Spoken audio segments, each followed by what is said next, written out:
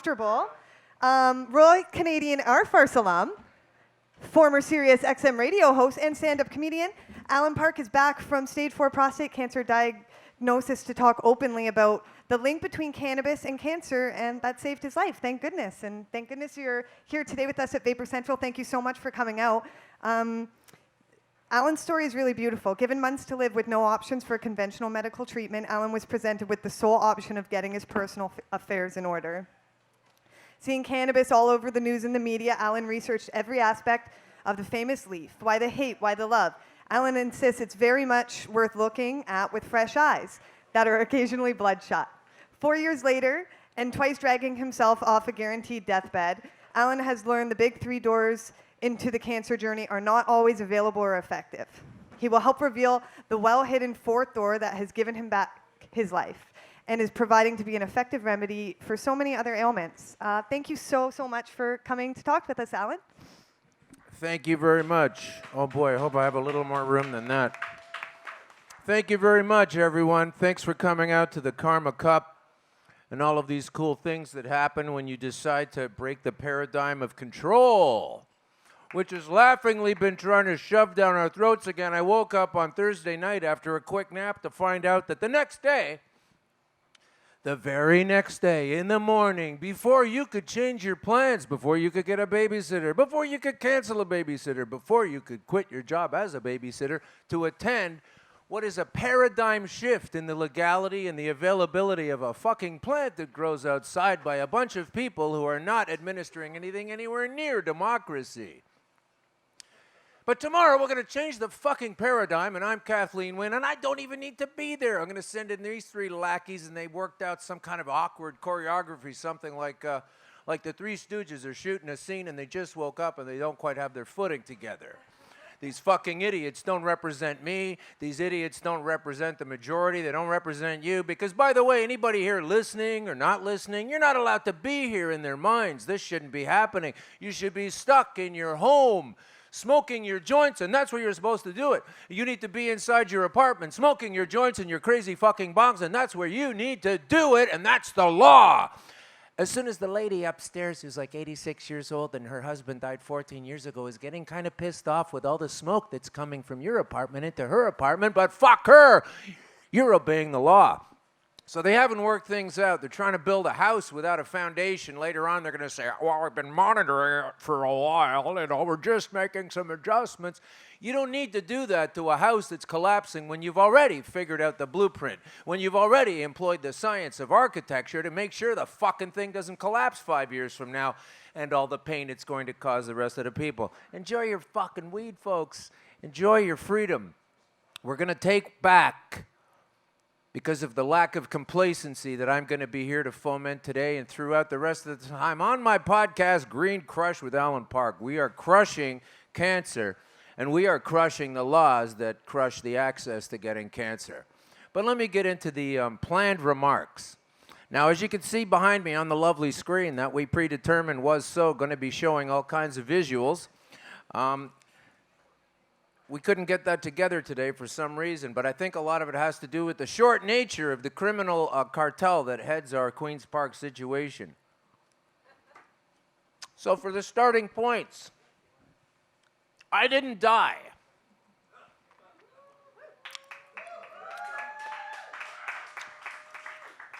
Despite a guarantee from one of the most prominent prostate surgeons in the country, he guaranteed that I was going to be going down in about 10 to 12 months. Well, guess what happens when the guarantee doesn't pan out? You go back and you call them on it. That's what I've been doing for a while. So thanks for doing this today. I've been trying to kick this can for a long time. I used to be on a CBC show, comedy show. I used to be in a lot of different aspects of the entertainment business, and then when a particular cannabis enthusiast and rights seeker, Russell Barth, went to the wall and started to contact almost every single media link in this country, from newspapers, the Cornwall Times, on up to CBC and 680 News, they weren't interested. They didn't need to hear anything about it. Hey, there's been another fender bender down on the lakeshore. Holy shit, let's get the camera and the satellite truck down there right away. Oh, this guy with cancer? even if it's nuts what I'm saying to you, how do you not listen to it? They could be going, like, I wanted to see Peter Mansbridge, who just finally retired after a year of telling us about it. He couldn't interview me. He couldn't interview one guy on the Royal Canadian Air Force. Of all the people, of all the Lubagoys and the Don Fergusons, he couldn't talk to the one guy that says he got stage 4 cancer and says he turned it around with cannabis oil. Not interesting enough. That's not fascinating.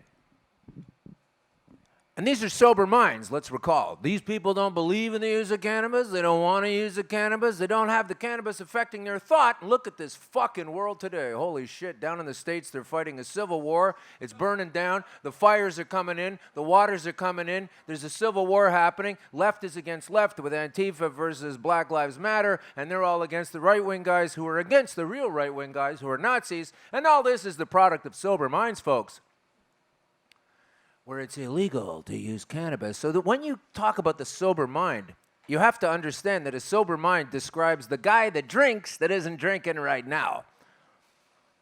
So that's why I'm here, because I'm doing very well, thanks. I have a lot of friends out there who might be listening and might be watching, and they always give me great comfort when they say things like, how are you doing anyway? Are you okay? Like, how are you managing right now? And oftentimes, those folks are not in as good a shape as I am in this current situation. That's not anything about bragging. That's about announcing to how effective this can be. So I'm here because I didn't believe a lot of things I was being told by my superiors, by my business superiors, my intellectual superiors, my medical superiors, and my legal superiors. All of these people. A cop is above me, we know this. And if I don't do what he says, he's going to use force. That's okay. We see it every day on YouTube. I'm under that guy, I'm under the judge, I'm under the doctors, I'm under the researchers, I'm under the scientists, and I'm under the fucking media, apparently, and I still won. So I understand why a lot of those people aren't here today to take the story back to Operation Central and disseminate it. They're going to try to keep it in this little room here, and that's not the way it's going to go. I was given 10 to 12 months to live, 100% guarantee, and no way out of it, with aggressive advanced prostate cancer, stage 4, that had already metastasized into much of my bones, my skeleton. I was unable to walk. I was eventually in a walker, and that wasn't good enough. It was off to the wheelchair. I figured out how to do this thing, not because I'm a genius, but because I'm open to the facts that already exist in our world, and some of them we shine a light on, and others we ignore. So right now, I'd like to invoke the Al Gore hockey stick when we're talking about global warming and why he thinks it's such a panic. Because for years and years, there was this relatively static line going across on the visual screen that we have here before you that's being substituted by a blue curtain. But maybe somebody that's good with chroma key later can put this little line that I'm drawing with my finger about the use and efficacy and legality of cannabis, and you draw a line that's pretty steady across 5,000 years or so, 6,000 years maybe, and then only in the last 80, 90 years do we have this spike of the cops thinking they know what's up, of the politicians telling us we can't access it, and this little spike here, as in global warming, they say, commensurate with all of the smoke and the pollution that's going on, so is it commensurate with the corporate awarenesses and functions that have led to this corporate spike against the legality of accessing a plant I can grow outside. No pizza for me. You used wheat, you used tomatoes, and you used basil, and you might as well regulate those same things along with this food called cannabis. So that was a shitty diagnosis, right? You ever been told you're going to check out? Well, I started to get nervous, and I was all afraid because I didn't know about you people that use cannabis. I used to use it as a fun-time thing. I didn't know it was a restorative medicine, and I didn't say anything about it. So the prognosis was that I wasn't going to get out of it, and I called the doctor on that. I said, you're saying there's absolutely nothing else I can do? He said, there's absolutely nothing else you can do. And I could tell he was wrong.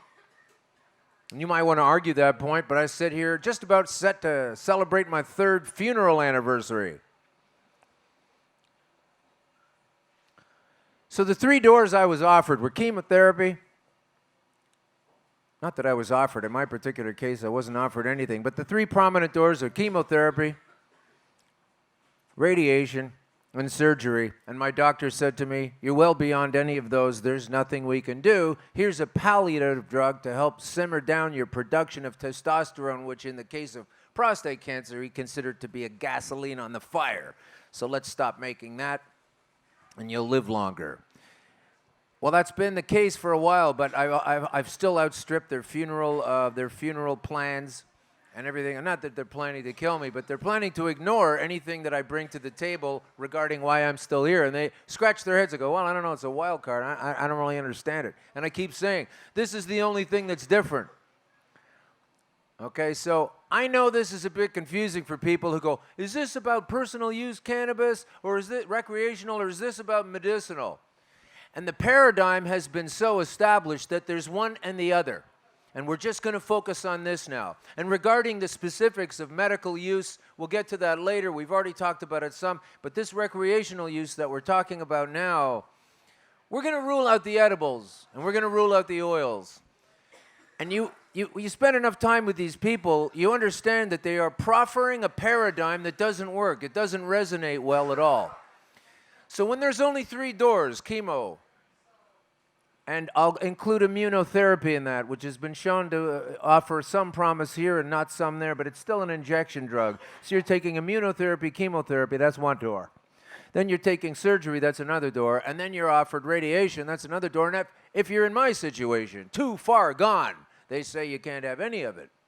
Now, I wasn't disappointed to find out I wasn't going to be slated for chemo, because unfortunately a lot of people who get cancer are making the choice to do chemotherapy because of the pressure of their family who's urging it on so powerfully, but on the other hand, they don't know shit and they're not going through the ride. And sometimes the people don't want to upset their aunt, and they don't want to upset their uncle and their brother in their marriage situation, so they go ahead and do the chemo without thinking about the success rate of chemo. And we'll get to some statistics later, which is always fun in a cannabis consumption room. So I found the 4th door. Those 3 doors were shut to me. I had to find the 4th one, and it's called green cannabis.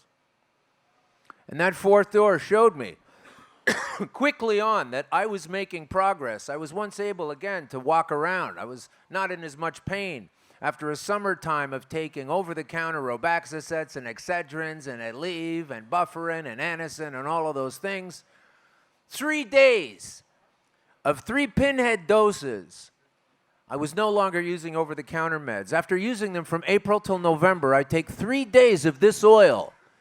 And I don't need any of that, and the rebuild has been coming on strongly since that, to the point where now my doctor thinks I'm some kind of Lazarus cartoon character who doesn't seem to be taken down by things that everybody gets taken down by. That's the 4th door.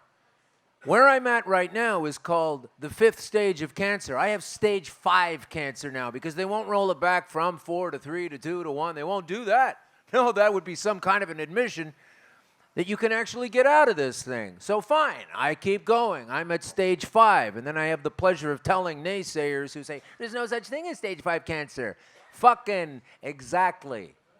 Exactly. There's no such thing as that cancer that I now have. I don't suffer from it at all. I suffer from the knowledge of how I got out of it being suppressed from everybody in this room and everybody else. So let me clear up a couple of misconceptions that happened a while on. There were some Christian websites. And some Christian websites, they're very much, when they're hardcore Christian, they're very much a believer in these things that are being repressed by the same governments that repress their Christianity. And there was one website where the gentleman was nice enough to explain that I had been cured, and now I am leading a normal life. Well, that's a bit of a misconception, because I was not cured of cancer.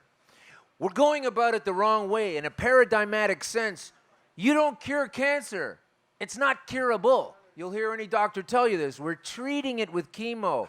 We're going to remedy it with some surgery. They don't cure it, because it's not a thing that you do, because that's of a paradigm of old thought. And we have to change the paradigm of that old thought, because I'm going to work fast forward to the current law system is based on a paradigm that's not true.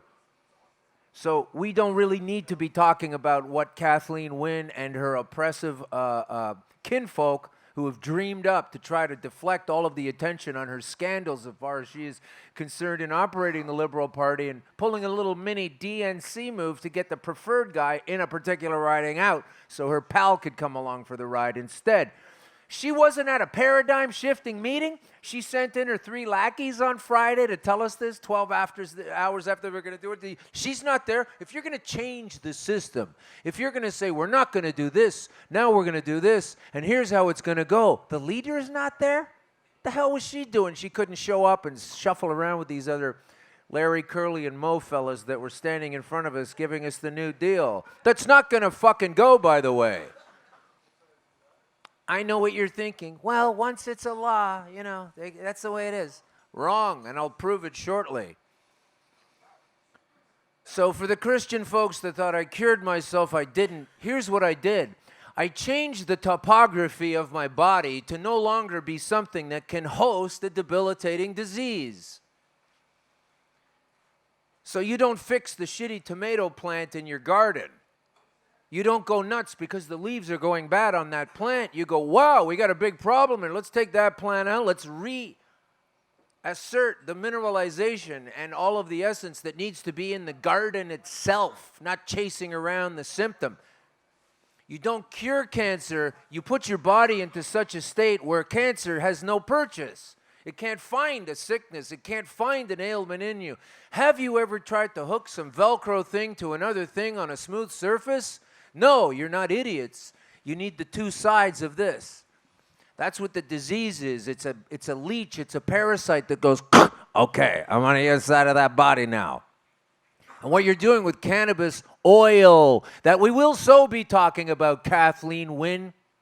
We will be talking about the oil. You can't just put it over there, all right? You don't get some special license just because you're the love child between Edith Prickley and Orville Redenbacher. That doesn't give you the ability to lay down the friggin' rules. Get those cat glasses back to Andrea, okay? She needs them. I'm a little shy on some support from a lot of progressive types who thought at the time, we need to get a woman into office, and it'll be great that she's a lesbian too. Where are these people now saying, oops, my candidate sucks the bag also? Let's get off of this gender politics thing. Let's stop thinking that men have ruined this and women have done that, because basically, once you get into that machine of politics, you're a cog in the wheel. Most people don't want this. The GTA of Toronto was several different areas. It was a Scarborough and an East York, and they came up with a plan. Let's call it the GTA and have one thing, and everybody weighed in on a plebiscite, and it's somewhere between 80% of the folks didn't want to have it. We're going to have it anyway. I'm done with this. Not on this term. Maybe on garbage pickup, but not when my life is involved and there are lies flying around like the inside of a fucking strawberry in a blender. You can't even keep track of them all, and eventually it just becomes this pink goo. Speaking of pink goo, there's lots of other goo that I want to get to also. So I'm not leading a normal life. I didn't just get real sick, fix it with this stuff, and now everything's back to the way it was. I've learned too much. I know too many things. You don't get that life back. That life is gone for me now. And that's good in a lot of ways. You get to clean it off and get it down to real life instead of some pretend version of what's been going on. So I don't have a normal life, Mr. Christian website, and I didn't cure anything, but I understand the sentiment. I'm still here. I'm not dead. That's the main thing. What you do with your life is your own business, not to be dictated against by a minority of people who run the country as a minority of people with a minority of interests, and then they sit there and wax political about how great of a democracy we live in.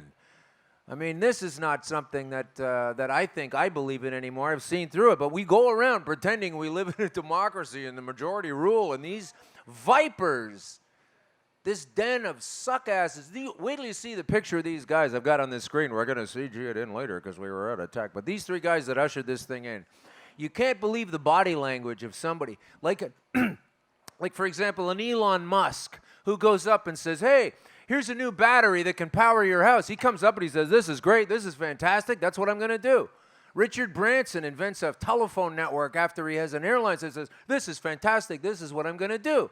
Then you get these government clowns shuffling around on stage going, yeah, well, this isn't going to be allowed anymore, and we're also going to make sure that people stop doing this thing that I don't agree with. That's your bad body language. That's one of the biggest tells that there was. Never mind parsing the words. Parse the physicality of knowing someone who's on the public tit, proffering lies to hold you down. I see through all this stuff, and I see through it better than a lot of people, and I'll tell you why I do that. Because of the cannabis oil that I've taken into my body. It works on your brain, okay? It's connected to your limbic system. It's part of your endocannabinoid system. It's all one thing. So when you're messed up and you start priming the pump, it doesn't just fix the little, let's fix the cancer in his rib or in his liver. Let's go. It does a whole body wash. And you see things, and they're not that hard to see. They've been printed and available for 5,000 years at the right libraries, not the presidential ones and not the government ones, but these books are out there. If I had a 5,000-year-old Chinese man right now sitting in the back of the room, he could come up here and tell us all about the wonders of cannabis from centuries ago, from thousands of years ago. But we couldn't book that any more than we could get the screen going. So here's your logical fallacy number one, refuting these arguments against cannabis use from the government, okay? Most people will be, almost everybody, not the medical folks, and again, they're all the same, we'll get to that, but the folks who are recreationally smoking cannabis, this is part of the legal system that was just unleashed. You have to smoke it at home. You can't smoke it in here. And you're going to drive the folks in and around you that don't smoke nuts. Okay, you're going to drive them crazy, and they're going to have a tough time, but then you'll be able to say to them, well, too bad I've been legislated to have to smoke in my house, so if you don't like it, move somewhere else. Another recipe for social discord. There'll be law cases. They'll be filling up the courts. They'll be throwing things out like they're doing now, and sometimes they're throwing out important cases to make way for all the Justin Trudeau bust people that wind up going into a court system. They don't even have time to process them, and the judges are throwing these things out. The judges who understand the Parker ruling and the legality of this drug right now, this substance, whatever you want to call it. It's already legal. The illegalization of cannabis was illegal itself. So if you're a person that says, oh, I don't think they should do that, it's against the law. It was against the law the way they made it against the law, before it was against the law. You have to go back to the beginning to find things out. You have to find things out. So you're going to be stuck in your place, nowhere else to go, smoking a joint, and Mrs. Henderson down the hall is going to be quite upset with you. So that'll be fun, passing her on the way to the garbage chute. These are just anecdotal stories, right? These are just anecdotes, so it doesn't count. This is just one guy that says he got this disease, that says he turned it around. Just an anecdote. But when you've been ignoring deliberately 5,000 years of anecdotes, you're part of the problem. You're covering things up. You're occluding the reality from hitting the people the way it should be. You're controlling a message of control to make sure people are controlled. Because once these dirty motherfuckers find out what can happen to the human brain and how we can do a hell of a lot more than we're being allowed to do, you can begin to see why they want to keep it illegal at every turn. Even if Justin Trudeau really wanted to turn things around as he said he did when he was campaigning, and therefore it would have been one of the first things he kicked over, he really wasn't going to do that, because all of this delay, all of the time they were supposed to have new rules up, what was it, April 1st or the 420 day, then they kicked it down to July 1st, 2017, now they're punting it further. All these people are doing is sitting behind tables with spreadsheets and Excel sheets going, okay, let's run the model. If it's legal, how can we still keep up the existence of the police state? How can we bolster the paradigm of control, even though it's legal? When they're figuring that out, that's not easy, and that's why this is taking so long to rig around, okay? They're not taking recommendations from world bodies around that have had more successful transitions, such as in Colorado, where they went to the illegal dealers in Colorado at the time and said, what are you doing here, and exactly how does it work? And the more successful purveyors in the dispensary models are now the official purveyors. Not some body of punk gangsters coming in and saying, oh, we've been fighting this for years because this is the essential position Friday. If you missed the announcement, I'll get this out of the way. This was Friday's announcement. Okay, this stuff is really bad and we don't like it. So we're going to wipe out everybody that purveys it, and we're going to take all of the responsibility and control, and we're going to suck it down to this tiny module, and from here, it'll be legal, and we don't want it to spread although we are planning to engage our infrastructure ever larger as we take in widening scopes and usages of this stuff. On the one hand, they're trying to get rid of it. On one hand, they need to also build an infrastructure to make sure it continues to exist. So that's cross purposes right there. Another logical fallacy, something you don't hear about in an Ontario school, other than, you know, which gender is this person and how many different types of attitude can this person express and what are we allowed to speak of in this particular condition. But what they don't get down to is the basics of whether something works or not by bringing logic as a learning tool back into the schooling system. And while you're fucking at it, how about a class on money, and how about a class on putting together how exactly does one obtain a mortgage and pay it off,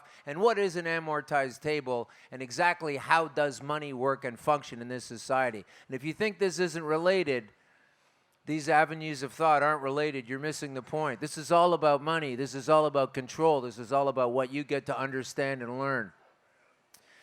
So when there's already 5,000 years of anecdotal information, it's not a lack of evidence, but the display of a wanton negligence not to study anecdotes from the countries of the world that should be investigated. You are negligent, Kathleen Wynne, Justin Trudeau, and fucking Bill Blair, who used to be a cop and has furniture in his home that was paid for from the proceeds by arresting people of a substance that he claims he doesn't use. Well, let's also hear the announcement how the LCBO Liquor Control Board of Ontario will soon be hiring sommeliers to discuss the caliber and quality of wines, even though they don't drink and think it's a bad thing to do. I mean, this is what these people are talking about with cannabis. So while I had a basic construct on how I was going to present this section, this Black Friday, this new law coming down from Kathleen Wynne, changed my tack here. So basically, the premeditated idiocy of Premier Kathleen Wynne's gangsterism. This time, it wasn't illegally removing a candidate from a riding up north so she could get a buddy into cabinet instead. It's worse than that. She's manipulating us in the same way, using what is called a contrived policy lever. This is some parlance you won't hear in any of these discussions, but it's as good as gold. What is a policy lever? Well, we know what a lever is, and we know what policy is, so let's put them together. A policy lever is about as far away from democracy and the majority's will as you can possibly get. A policy lever, as it's explained here, is... We have lots of research that attending preschool improves the life chances of low-income individuals, so we will pull the universal preschool policy lever. Government providing these services to citizens to go to school, and eventually they see a change in society. So that's what a policy lever is. It's something that makes society, that makes and controls a democratically free society. You see how these don't go together. It makes them do something. It controls something in a certain way, and we do this by not talking about some things and using illogical connections from one thing to the other, and that's easier when folks don't learn about what logic is and how it is. So basically, more generally, they think that by doing X will cause Y. So we're on the same page. If you say there's a few more bike accidents and a few more people have had brain injuries, then that'll cause us to implement a bicycle licensing system. So one thing will affect another. And if you do something to encourage more people to do X than Y, that's a good thing. And if fewer people do Y, that's a bad thing. So they're using this as a manipulative tool rather than awareness of the will of the people. How do we control these people to not do this? Well, we set up a CAMH, the Center for Addiction and Mental Health, who will come out and prescribe all kinds of chemical things that do so have track records of inefficacy and damage, and not to everyone, but they won't highlight the negative causes of this. And at the same time, their number one recommendation for cannabis is don't use it. That's their number one recommendation for this medicine. Don't use it. There's some other, we know you're going to use it later, and here's how we're going to control the shit out of that. But right now, don't use it. That's their number one recommendation. These are the results of policy levers. This is manipulating the mindset of the people, and it's as far from democracy as you're ever going to get. These three guys, these three fellas right here, I wish anybody could get a camera on this and see these guys. Look them up. The treasurer, the attorney general, not Kathleen Wynne. She didn't find it possible for herself to be there at that particular meeting while there's a paradigm shift. I can't believe that's not the case, but I can. These dopes were shifting around like a bunch of monkeys who were trying to share one banana and it's already half peeled and gone brown. It's unbelievable to me that anybody could listen to what they had to say, and I will do a full breakdown of that on my show, Green Crush with Alan Park. Find it on YouTube, but also, where is it? Where's my little commercial? Green Crush Pod. It's at Green Crush Pod. At Green Crush Pod. That'll tell you where to get this bevy of information from myself and others who've done the research and want to bring it to you. But these fellas here are saying that you're not going to be able to have a dispensary anymore because we need to take down what the UBC, the University of British Columbia, has come up with. Some information that says most people are happy with the dispensary model. 70% or something like this. So that's obviously your cue to fucking change it, shut it down with a bunch of people who want to set it up with a fewer amount of receptacles and dispensaries that say, oh, and by the way, how does this actually work? But we'll make some laws and we'll look at it later. This is regressive nonsense, and I don't care what color political team you got on your T-shirt. If the NDP don't get behind this, screw them just as hard as everybody else. I'm all done listening to the bullshit. I'm all done with it. So here we go with this political movement forward to take something and not really address the parameters of what it does and doesn't do, and toss in a new infrastructure of legalized control. There are police officers right now salivating at the prospect of opening up their little toolkit and getting you to lick a stamp and see if you got cannabis in your system and equating keeping a cannabis in your system because it stores in your fatty cells because your body wants it with smelling booze on your breath, which your body's always trying to repel because it's not supposed to be in there. But I'd like to put this forward. While these people are telling us, we're going to test you for this, and we're going to test you for that, and we're going to pull people over at random, and we're going to find out if you blow positive at a tiny amount, like an incremental passing by of a joint getting smoked, you could have enough nanograms in your body to blow positive. Well, if we're going to go that way, we need to go that way across the board. If I could just get a little more focus from the front row, it would make things a lot less distracting. We'll get through it more quickly. I sure hope we can get that done. But it doesn't seem so. I don't understand the penchant for chat in the front row of a presentational information screen like this. So I'm going to take my time once again to ask the first two rows, if you can just keep the lid on the chat or take it to 50 feet away so I can focus on this thing to the folks on the camera that do want to hear these things that might actually save your life. What I'm trying to say is, if they're going to implement these policies, and they're not, but if they're going to do it, it's only logical, it's only reasonable, it's only fair that everybody on that committee that speaks against this cannabis awareness tests for it before they make these decisions. You'll have to test for it as a police officer every morning before you put the keys in the cruiser. How about you take a little whiz into this flask? We'll pop it into the centrifuge of companies that own medical equipment that we will invest into beforehand. And we'll see how your piss is doing. And if it's too high, and if you're not supposed to be drinking, and if you're not supposed to be high, and you didn't register the opioids that you're taking as an officer from the pain in your knuckles from smashing people in the head who are doing nothing more than putting their hands up and protecting theirs, you're going to have to test. You're going to have to lick these stamps. You're going to have to breathe into a breathometer before you drive around the city. You're going to have to show justifiable cause on the way to Yonge Street with your cherries flashing, and maybe you're just a little late for something. We're going to need to overregulate and overstimulate the analysis of all of these people across the board. So show me the first officer who's going to come up here and take a lick of a stamp that's going to show whether or not he's got this shit in his blood.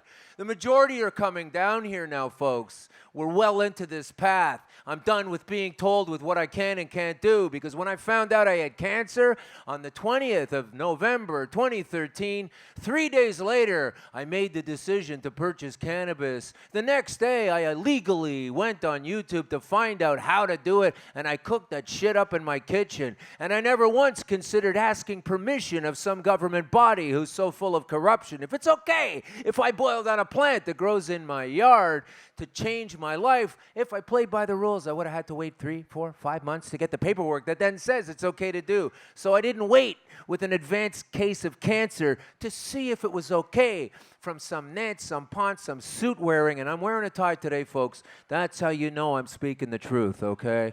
This is how you know. If you're not sure, this subconscious tether here around my neck that's keeping me restricted and regulated, like they do in government, like they do in ment meaning mine and govern meaning control it. I have this tie. You fucking believe it. If I was liberal, it would be red. When I'm doing policy, and when I'm out having fun, it's blue. And if I'm conservative, it's blue. When I'm kicking around at the legislature, but maybe up at the cottage, I'll relax with a nice red tie, huh? So that's why I've got a green tie, folks. That's how you know I'm telling the truth. But these people are going to need to be regulated themselves, okay? Everybody knows that there are all kinds of jail guards who get in trouble in jail, and it's no different on the big old grate outside with these punks thinking they can tell me. So if I'd have followed the official policy, I'm pretty sure I wouldn't have made it. That transcends all laws. That transcends somebody else who's got a notion that maybe it's not a good idea and I think we shouldn't have it being legal. Tough shit. You don't know anything. Fall to the bottom of the barrel. Figure it out. So Justin Trudeau, you've got a world of hurt coming, because I can promise you this, there are already ideas going around with the cannabis distribution in Ontario that people are already saying, well, then we'll boycott the legal LCBO weed and we'll get it somewhere else. And there are companies that drive it around, and there's a thing called email, and we will figure it out. But you won't make any money from undermining and attempting to control cannabis. There's just no way. Thanks for telling us about the law. It's going to change. And I know, there's all kinds of people, even on my side, that are saying, oh, no, well, once they made the decision, and I'll prove later how that's not true. It'll just be something that I'm asking you to do is accessing your memory. So Finance Minister Charles Sousa, this is the guy in charge of the money, has basically come in like Tony Soprano and said, hey, this is how it's going to go. We're going to be running the bada bing. And that's the end of that. There's strong-arm tactics while they say what we're doing is illegal. I mean, if you can't see through that Alice in the Looking Glass, maybe you should take some looking glass. Because what are they gonna legally leave us with? Right now, here's a question that wasn't asked at that press conference. What about all of the official government-sanctioned weed that already exists that has pesticides in it? There are 13 recalls going on right now. So if you need medical cannabis to turn your life around, and they say, well, you're only licensed to buy it at this one place, and this one place right now has spider mites, so that crop's going down and it's not good and you'll have to wait. And it also has pesticides maybe in it, and that's so sorry we made that mistake, and you'll have to wait. And on it goes. And I'm not going to be held accountable. And I'm going to take people with me that aren't going to be held accountable to have to buy shitty, toxic weed at a company that's only profiting the people who are standing on my neck. It's just not going to happen. I'm completely convinced that the only reason they've been able to push these agenda as far as they have is that most people don't know these basic things. Certainly people that don't imbibe of cannabis don't know it, and so many people that do don't even realize yet, and they haven't had to realize, thankfully, the life-saving properties within this stuff. But I'm not going to hand over to various different companies, such as listed here, who've had problems, whether they're nefarious or not, whether they were clumsy or not. 13 ongoing recalls. Where was Kathleen Wynn's gang of monkeys being asked the questions, well, what about when the supply's no good? And why would you think you could control how much plants someone's got growing at their house? None of those questions were asked. None of them are going to be tolerated. That's why this legislation will not proceed. Also, who's taking this over? The Liquor Control Board.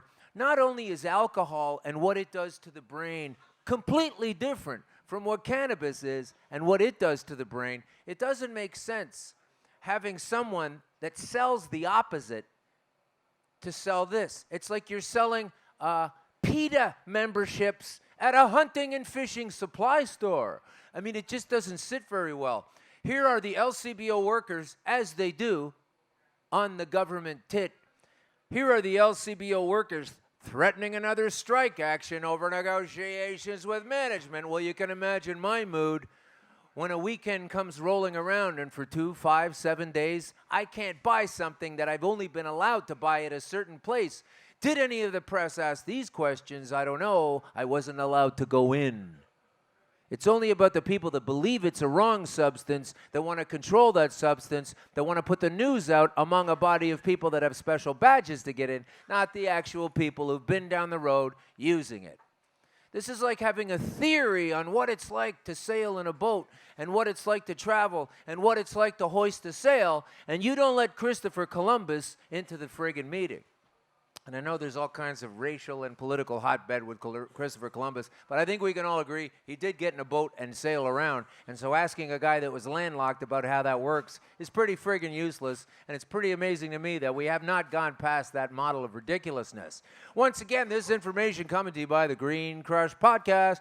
Green Crush! We're crushing cancer. We're crushing the laws against accessing the crush against cancer.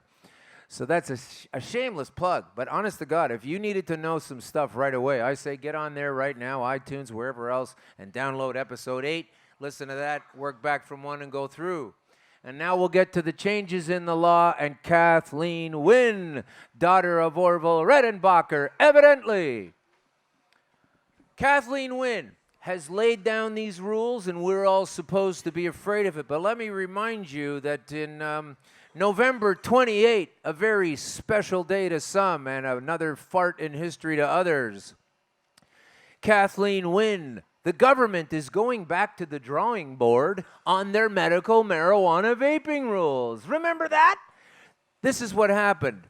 Kathleen Wynne says she would have a problem with someone vaporizing medical marijuana next to her in a movie theater.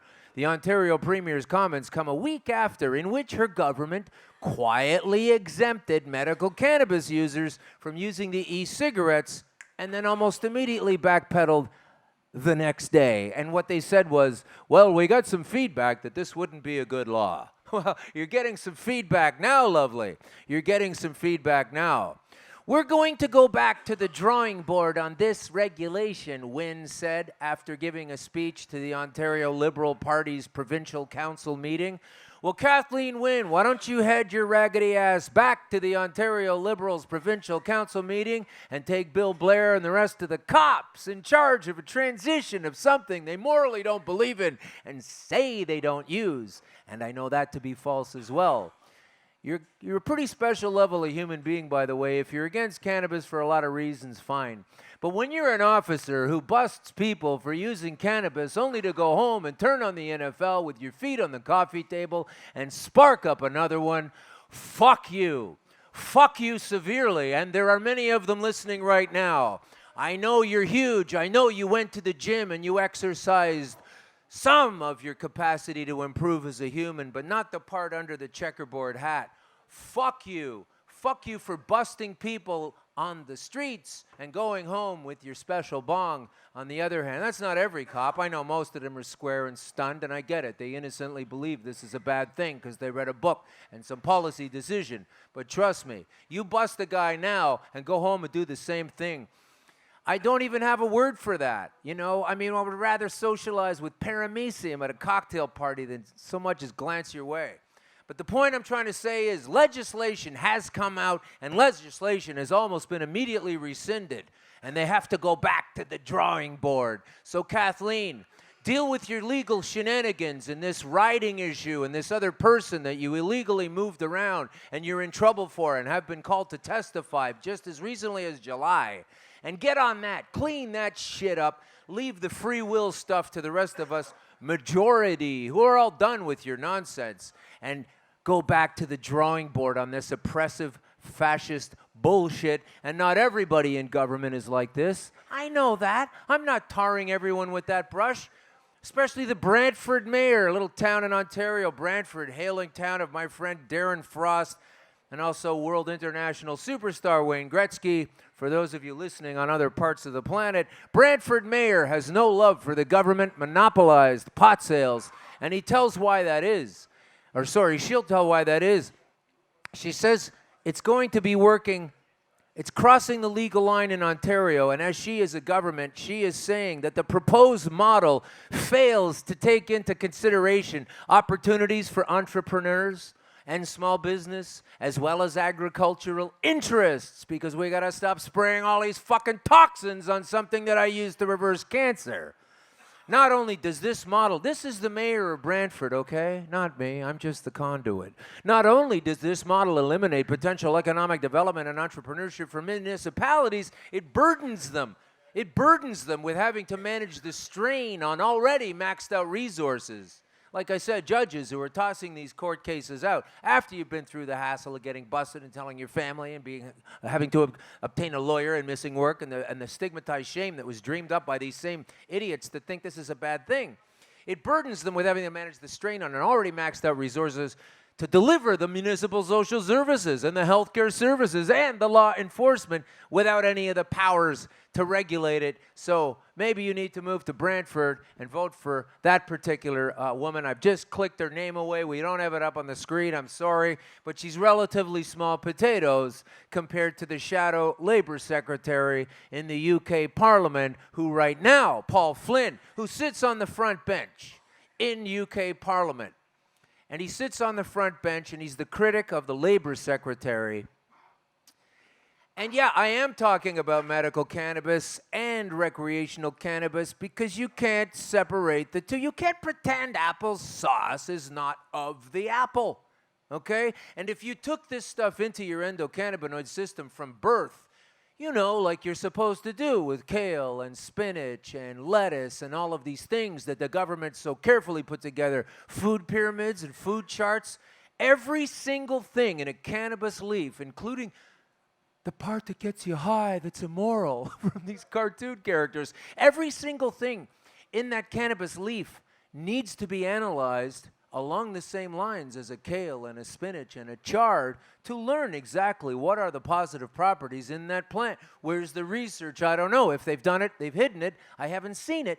But you can't sing the shit out of iceberg lettuce and tell me how wonderful it is while putting this other green leaf behind bars, or you for trying to use it. So this needs to end, and some people realize this, even really old white men who wear ties, such as Paul Flynn, here he is right here, in the mainstream press. None of this is coming from fake news or whatever the hell, even though those people do proffer a lot of news that eventually the mainstream has to cave into.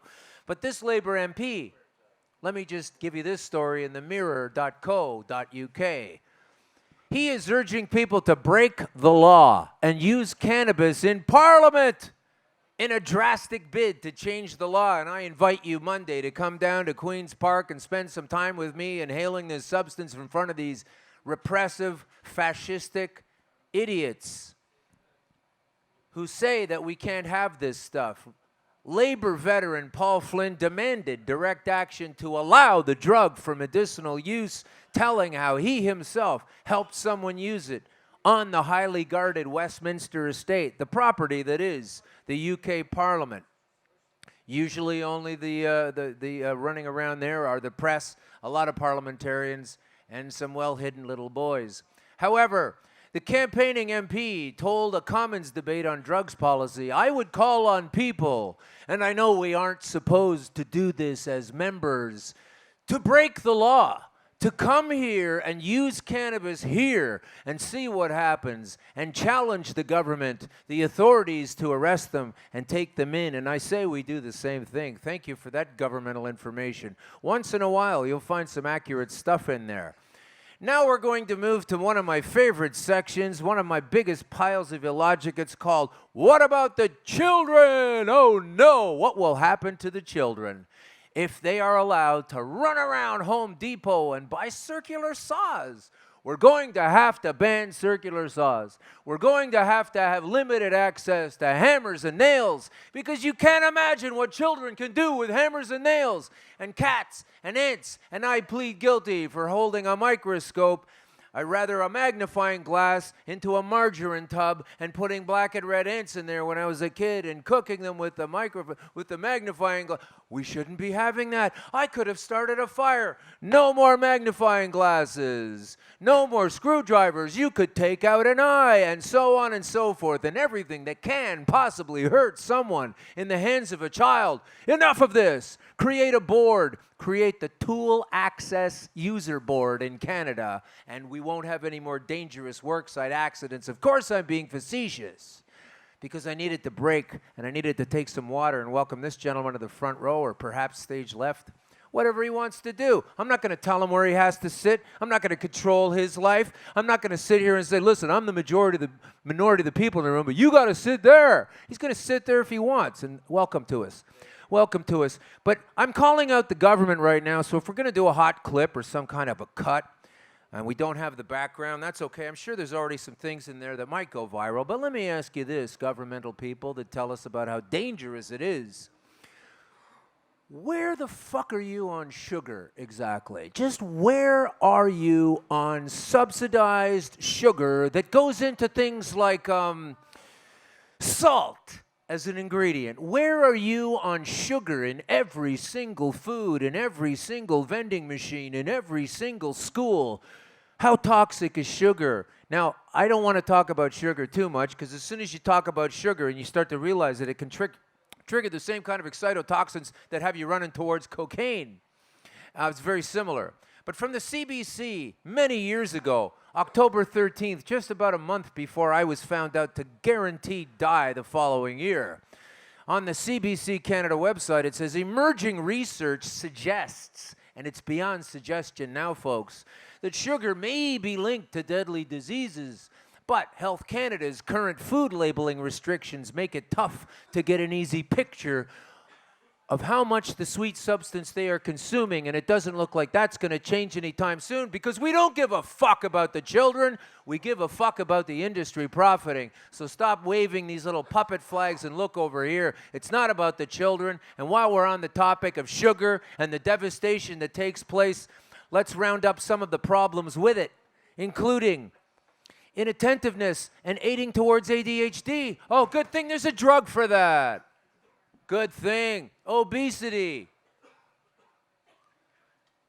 Onset diabetes. This is too long of a list to get into right now with the visuals that I had, but according to Statistics Canada, the average Canadian consumes 26 teaspoons a day of this stuff. Now, apparently, I can't even carry 26 teaspoons of cannabis around without going to jail, apparently. So fuck off with all of this, man. I'm not talking about, oh, this is legal cannabis, and this is recreational cannabis, and this is medicinal cannabis. I'm talking about a paradigm shift of control. We need to shuck off these blinders that the horses wear at the racetrack, and they need to understand you don't need to just look at the racetrack. There's the middle part of the racetrack, there's the sky, there's the people in the stands, there's more going on. These laws are based on a bogus premise. How am I doing for time? 6, 7 more minutes? I don't know. What have I got here? Somebody tell me. You're worried about the children. Oh, my God, thanks. What about all these children? Oh, my God, look at this gal right here. This is a child. What's happened to her? I'll tell you. She's a cancer survivor who tells how cannabis oil saved her life after being told an incurable brain tumor would kill her in months. She's my spiritual sister. High five. And guess what? My kids are pretty okay. What about my children? I think they're happier that I'm alive than I'm dead. I don't know. I think that's a normal thing for people. And let's quickly skip over. I don't have time for this one, and I don't want to make enemies of the gamers, but we all know that too much time in front of the TV set playing these games also damages the brain. Where's the government on that? Where's the government on sitting on a couch for 15 hours a day in your own home, drinking soda and playing video games? That's okay. But as soon as some sucker wants to go down and expand his mind to the point where you see the bullshit of this paradigm of vipers that are laying down these entrenchments, that's all of a sudden a big problem. Big problem. Green Crush Podcast brought to you by Green Crush. We're crushing cancer. We're crushing the laws that are accessing our cancer. So here's one more gal. I'd spent some time with it. She's another gal like me. She's a little kid who she had a fatal disease with cannabis. They put her into a coma on purpose because they didn't know what to do. Some other people get their brain sliced open because they don't know what to do. And here's what happened. After the pharmaceutical options failed, she was put in a medically induced coma. Cannabis was the drug that saved this 12-year-old girl's life. What about that kid? What about those children? And there were more of them. The federal government in the United States at the same time holds a patent on it as a medical fantastic curative thing, and at the same time it's registered as a Schedule I drug, which proves that it doesn't have any medical value. So get off the pot down there. And I know Donald Trump is, I'm not getting into that or we'd have 10 hours here, but Jeff Sessions, the Attorney General of, he's already put out a task force looking into busting people and getting all that set up. They advised against it, and he's still going to try to go ahead with it. Now here's a man whose mother was in desperate need of an abortion, and we let her down. Here's some other problems we have. We have a segment on the show called Nopioids, and that means say no to opioids. And with properly proffered cannabis, you wouldn't have these kinds of problems. Vancouver, downtown east side, a hellhole on earth. The advocates down there say providing other pain management options will save lives amid the opioid overdose crisis, particularly when people have been shown to be, so societally down on the ground that they can't do anything else. Now they're saying access to properly administered cannabis through the truth will help these folks. Look at this guy. Single dose of CBD shown to reduce blood pressure, and all of those medications can go fuck off as well. Have you ever been to an old person's house for, Thanksgiving dinner or something? You got to go to the bathroom. I have so broken this ethical rule where I open the medicine cabinet and it looks like you're looking at a dispensary, a Shoppers Drug Mart, who, by the way, has spent a lot of time trying to fight against medical cannabis and now have desperately put in a bid to be able to be the only purveyors under the LCBO eventually won that story. Get out of here. Cannabis could reverse the aging process after THC, the thing they always want to take out of the medicine because of morals, are found to improve the memory and learning in older mice. Well, I'm an older mouse and I'm a rat with a bone in my mouth. I'm coming after these guys. And about my mother, thanks for asking. When I was 33 years old, which is quite biblically significant to anybody who cares about it, a lot of people go through some tough stuff in the 33rd year no matter what, my mother came down with pancreatic cancer. And if I know now what I knew, if I knew then what I know now, I'd be a little more excited about the fact that cannabinoids inhibit pancreatic cancer cells. So sorry, Mom, I'm a little late to the game. But you're one of the people that got mad at me when I smoked it anyway. So let's move on. I don't have a lot more time, but I do have a lot more to cover, so I'm going to do it as best I can. This is from the U.S. Department of Veterans Affairs. Support the troops. Support the troops. Not by giving them enough armor into these escalations of invasion that we send them into, because we don't want to really spend the money on that kind of thing. But support the troops with cannabis medicine that provides relief from PTSD, which is the thing that put my dad into an emotional box and caused all kinds of fuck-uppery in my family when my mom had to divorce him because he was basically an untreated veteran of World War II, because in Britain you had to keep a stiff upper lip. They're now finding out that the PTSD can be eliminated by this, and we don't have time for the anti-anxieties, and we don't have time for the diet drugs, and we don't have time for the ADHDs. But I understand this is a pressing issue, so let's turn to the world and find out that the UN this year says not one single cannabis overdose globally. So I'll be walking around the fucking street smoking as much of this as I want, or vaping, or whatever I want, and I'm doing it now, and I'm challenging it to come at me otherwise. Now, for people that think it's a crutch, oh, you're just doing that to make yourself feel better. You're just doing that to have a better energy to your day, and you're cheating, and that's a crutch. Well, it's time to eliminate vitamin C, I guess, and all the other amino acids and proteins and everything else that's a crutch, because I feel so much better when I eat protein than when I don't. But it's a crutch. I should be able to do it on my own. These are the lies. These are how easy they are to deconstruct. And from this government that says we need to do these things, they're also investing in these oils. Okay, the wrong kind of oil, right? This is the wrong kind of oil. They're investing in the black oil, the Rockefeller oil, the fracking oil. They want to make money doing it. And they're doing that. At the same time, they're telling us what we can and can't do. But of course, we now see that plastic fibers found in tap water around the world are filled with these toxins. And I put it to you, if you decide to make plastics and oils and fuels and everything else that's apparently buggering up the planet with an oil based in this green that can provide jobs and isn't toxic, instead of this other stuff, you can't proffer these kinds of means like Justin Trudeau of oil pipelines, damaging things. It's just a matter, it's installing a time bomb. We've all seen this. And they say they're going to do that. At the same time, they're going to tell us that we can't use this stuff. That's not a cognizant thought. That's not a clear, non-cannabis mind to be aspiring to the way they think. It's crooked. It's backwards. I'm getting real close. These same people that we are supporting on a NATO basis, on a military basis, on a Canada's always with the United States basis. Watch this now as a brave congressman explains how the U.S. keeps the Afghan heroin trade going. We've had Canadian soldiers going there.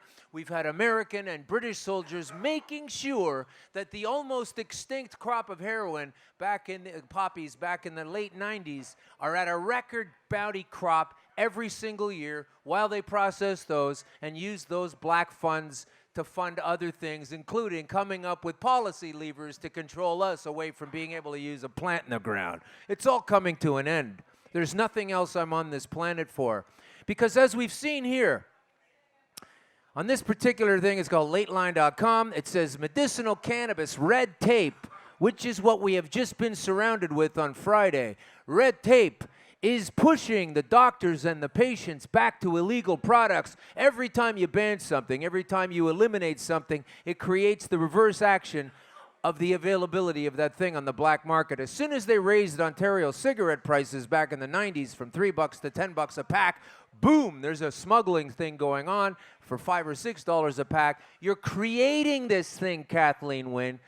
You don't get to talk about the oils later because the oil is the distillate of the entire plant. And when that distillate of the entire plant is and can be shown to be so friggin' healthful, then anything else before that cannot be made illegal. You're going to need to go back to the drawing table, love. You really are. You don't know what's going on, and you don't understand the dedication of myself and others.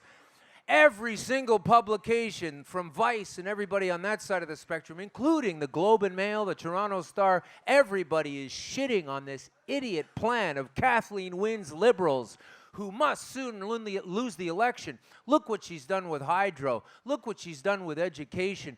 Look what she's done to cat glasses. Folks, this has to end. We have to get rid of this freak and her people. People need to understand this is a majority rule situation. And if I can just close up right now, not only by advertising Green Crush Podcast, which is available on all the particular Podbean and everything else on down, I'm just going to wrap up with this little bit, okay? We were going to take questions, but no one's going to ask. That's okay. So I've been thorough. I want to say something. I want to stand up for this one. So if you have a camera, figure that out. I'm coming from an impassioned place here because I happen to know for a fact that this substance saved my life. One life has been saved. I can prove that one life has been saved, and that's my life. And I've helped other people save their life with this substance that they want to keep on subcategorizing into different places. And they say that the healthful product that it is actually nothing more than a placebo, to which I say, if a placebo cures my cancer, I'm okay with that. I'll take a sugar pill in that instance. But this particular substance is more than a placebo. It's scientifically shown. There are hundreds of studies, and that's not the worst part of all this. One of the worst parts about all of this is when I asked my doctor in 2013 if there was any way out, he said, no, there's nothing else that can be done. And I found an article from 2009 where it was true that prostate cancer, and a research body called cancerresearch.co.uk, found out that prostate cancer can and is often treated very well with cannabis. And this was 4 years after I was diagnosed, and my expert on University Avenue either didn't know about it or hadn't done the research or chose not to tell me about it. And I've been angry about this for a while because there was the solution and I had to go find it, and I put it together myself with the help of some other people who were behind me. And I've been riding this 4 years differential between what they knew and what I was told by someone who's up on the research in his field. And the other day I came across this particular article, and it's now coming to the surface that the first clinical trials of this drug reveal that cannabis is capable of radically transforming the lives of very sick people. So you're transforming the lives of sick people. It's a wonder drug capable of radically transforming the lives of very sick people. Tests sanctioned by the government. This is in the UK, mind you. are proving far more successful than doctors, patients, and cannabis campaigners had ever dared hope. So I want you to understand that. Some of the patients are simply calling it a miracle. I'll bet your doctor never called you Lazarus before. Taking the drug, which is still illegal for doctors to prescribe, has allowed a man previously so crippled with pain, not me, but I was one of them, that he was impotent to become a father, a woman paralyzed by multiple sclerosis to be able to ride a horse for the first time in years, and a man who could not sit up in a chair, once again we're back to me, and who could not live without it. Until now, claims of the benefits of the drug for certain conditions have been anecdotal. Until now, they've been anecdotal. But like I said, anecdotes for 5,000 years merit investigation. You're the criminal if you're not going to look into it. They started last year, and they suggest that 80% of those taking part have derived more benefit from cannabis than any other drug. What? Are you being hyperbolic? No, I'm saying that it's 80% of those taking part have derived more benefit from cannabis than any other drug, with many describing it as miraculous. My doctor couldn't be here today, but he's used that word before. The results make it almost inevitable that the government will bow to public pressure and legalize the cultivation for medical purposes. Scientists now predict that cannabis, used for medicinal reasons for 5,000 years, will follow aspirin, penicillin, and become a wonder drug of the future. Bowing to pressure for a less hardline attitude, the Home Office stated the first cannabis trials in the world to see whether there was any scientific basis, and there was, and a license granted, and a company grew these plants. And 23 patients suffering from multiple sclerosis, arthritis, were recruited on the first trial and then given doses of cannabis by spraying it under the tongue before wider trials started. And the remarkable results started to roll in. A former paratrooper, I won't try to pronounce his last name, suffers from a severe spinal condition. The pain's so bad he considered suicide. He found legal painkillers turned him into a zombie, and he couldn't have sex with his wife for 5 years, but after starting the trial, he became a father. After starting the trial, not after doing 5 years of making sure it's okay. His doctor of James Paget Hospital was sure the cannabis was responsible. He talks about it. Then there are several other people listed here. This stuff works. It's effective. And you can't make policies that go against it when the science is there. And the thing that makes me angry about all of this is that this article was dated November 4th, 2001. Now, can I get a fuck you on that one? For 16 years, you've been sitting on this information. Justin Trudeau, you've decided to draw up a series of punitive measures and bogus laws and puff up companies that'll test my spit, that it stays in my body for 28 days because the body needs it in the body in the first place. It's official. It's a miracle. And you can't just wantonly run around making up repressive law-breaking rules against it. It's ridiculous. You're a criminal. You're going to go down, and we're going to set up a new bunch of people that understand the facts before they make up these bullshit policies. And it's a food, folks. When I used the oil, it was the jaws of life bringing me back. I needed it that extreme. But you're supposed to eat it. It goes into your endocannabinoid system, just like you synthesize vitamins from oranges and everything else, and you get nutrition from food and grains and meat, and we are all denying ourselves what these receptors in our body are actually designed to receive. So imagine if you didn't eat meat your whole life, your B12, your body's going to be going, kind of anemic here. It's really hard to kind of live. And you can do that till you get to a certain age. But this is a food. It's a medicine. It's just about everything. And as cartoonish as that might sound, history bears that out. The 5,000 years, not this 100 years of control from these punks. So Kathleen, you're ugly on the inside. You're ugly on the out. Trudeau, you've been getting away with Rolling Stone puff pieces. We're all done listening to this bullshit. See you Monday at Queen's Park. We're going to turn this fucking thing around. Try and stop me. Green Crush, YouTube. Good night.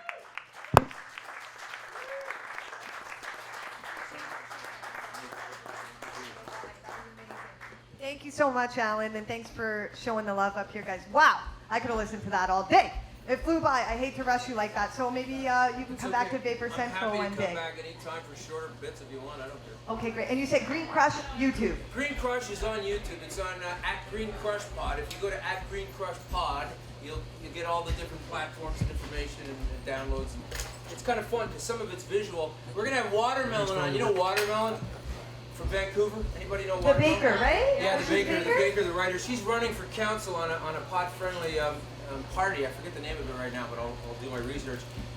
She's going to be on the show on the 19th, and she's going to be talking about how she's turned a hobby into an awareness of the medicine and the stuff itself as a food. She makes great food. She's gorgeous. She's running for office, and people are going to listen to her because she knows what she's talking about. I didn't know that. That's great news to spread around. Thank you so much for coming by. And Green Crush Pod.